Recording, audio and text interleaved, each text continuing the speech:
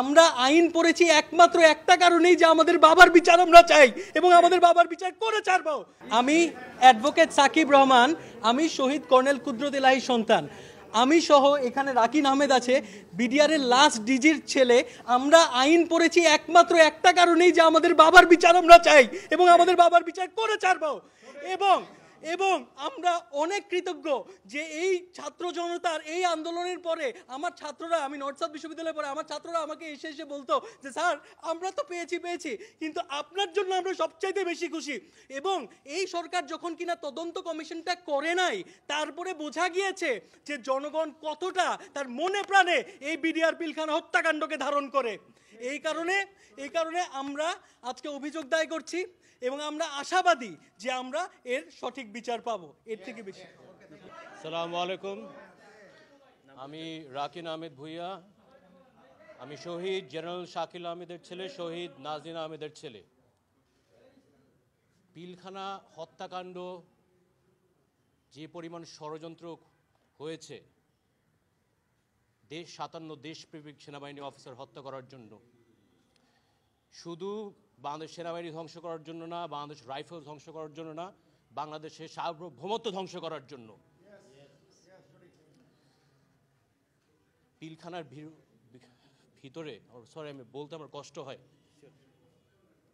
যে পরিমাণ মানে আমার বাবা মাকে কেমনে মেরেছে আমি বলতে আমার বুকটা ফেটে যায়।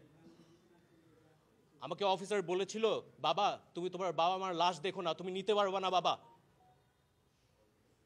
দেখতেই পারি নাই। যে নির্মমতা, যে বর্বরতা আপনারা কল্পনাও করতে পারবেন না। এটা আপনাদের বাবাদের সাথে হতে পারতো, আপনার মায়ের সাথে হতে পারতো, আপনার মেয়ের সাথে হতে পারতো, আপনার ছেলের সাথে হতে পারতো। একটাই অপরাধ ছিল তাদের, জানেন কি? তারা বাংলাদেশকে ভালোবাসতো, বাইরের শত্রু থেকে দেশকে রক্ষা করতো। Double million offer Walton fridge কিনে পেতে পারেন 20 লক্ষ টাকা, রয়েছে কোটি কোটি টাকার নিশ্চিত উপহার। আর ওদের ষড়যন্ত্রে আমার বাবা এবং মা এবং বাকি সব অফিসার এটা শিকার, হত্যার শিকার। দোষ ছিল একটাই, সৎ ছিল। আমি একা বড় হয়েছি, 15 বছরে আমার যে পরিমাণ নির্যাতনের সম্মুখীন করতে হয়েছে আপনারা এটা জানেন না। কষ্ট হয়তো বা বলি না।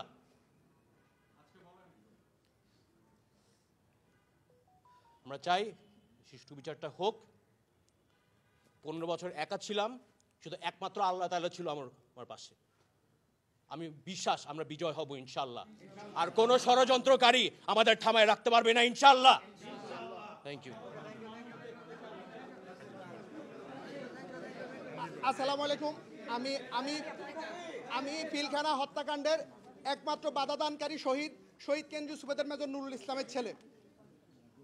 আপনারা জানেন যে ডালবাতের ইস্যু বলে এই এতগুলো অফিসারকে হত্যার মাধ্যমে এদেশে সার্বভৌমত্ব এবং সেনাবাহিনী বা সশস্ত্র বাহিনীর যে ক্ষমতা, এটাকে একেবারে ধ্বংস করে দেওয়া হয়েছে। আমরা বিগত সময়ে অনেকবার বলেছি যে চাল ডালের কমিশনের 4-5 হাজার টাকার জন্য একজন অফিসারকে এভাবে নির্মমভাবে হত্যা করা যায় কিনা, পুড়ে ফেলা যায় কিনা। আর আমরা আজকে অভিযোগ করেছি যে যারা প্রকৃত কুশীলব, তাদের নামটা যেন উঠে আসে। এই হত্যাকাণ্ডের যারা সরাসরি বা পরোক্ষভাবে যারা জড়িত ছিল তাদের নামটা উঠে আসে এবং প্রকৃত অপরাধীদেরকে আইনের আওতায় এনে এই জাতিকে দেখানো যে এটা ডালবাতের কোনো আন্দোলন ছিল না, এটা একটা পরিকল্পিত হত্যাকাণ্ড। আর আমি মিডিয়ার মাধ্যমে আরেকটা কথা বলবো, আমাদেরকে এখনো দেশবাসী জিজ্ঞাসা করে যে ভাই বেগম জিয়ার বাড়ি কি তোমাদেরকে দেওয়া হয়েছে? এই মিডিয়ার সামনে আমি বলবো আমাদেরকে বেগম জিয়ার ওইখানকার কোনো জায়গা আমাদেরকে দেওয়া হয় নাই। এটা মিথ্যাচার ছিল। এটা একটা বড় রাজনৈতিক দলের সাথে আমাদের একটা বীরত্ব তৈরি করার জন্য এই জিনিসটা করা হয়েছে উদ্দেশ্যমূলকভাবে। আমি আবারও বলতে চাই যে আমাদের কোনো শহীদ পরিবারকে বেগম জিয়ার কোনো বাড়িতে কোনো ফ্ল্যাট কোনো কিছুই দেওয়া হয় নাই, আমাদেরকে ক্যান্টনমেন্টে থাকতে দেওয়া হয় নাই। তো সবার প্রতি শ্রদ্ধা জানিয়ে ভালোবাসা রেখে আমি আমার কথা শেষ করলাম।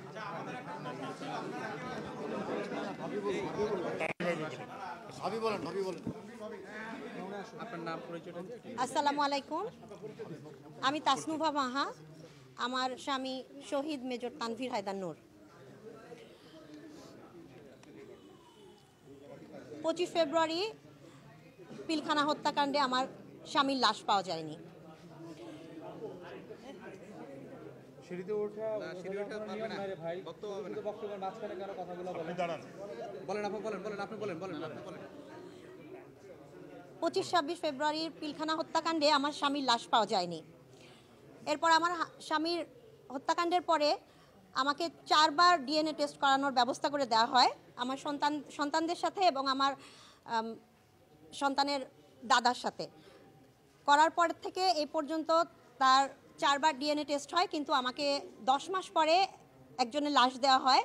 সেই লাশটা 47 বছর বয়সী ছিল এবং 5 ফিট 5 ইঞ্চি হাইটের ছিল।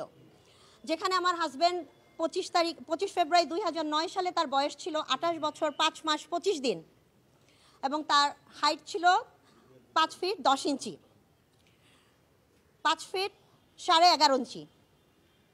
আমার সাথে কেন এই জিনিসটা করা হলো আমি আজও এটা জানি না। আমি জানি না আমার হাজব্যান্ডের লাশটা কোথায় গেল এবং কি করা হলো তার লাশের সাথে। আমাকে একটা মিথ্যা কবর দেওয়া হয়েছে, আর আমি যতবারই এটার জন্য প্রতিক্রিয়া জানিয়েছি আমাকে বলা হয়েছে আমার হাজব্যান্ডকে দেশদ্রোহী করা হবে। আজকে আমি মিডিয়ার সামনে বলতে চাই, অবশ্যই হত্যাকাণ্ডের বিচার হতে হবে এবং আমার হাজব্যান্ডের জন্য সম্মানজনক একটা অবস্থা এনে দিতে হবে।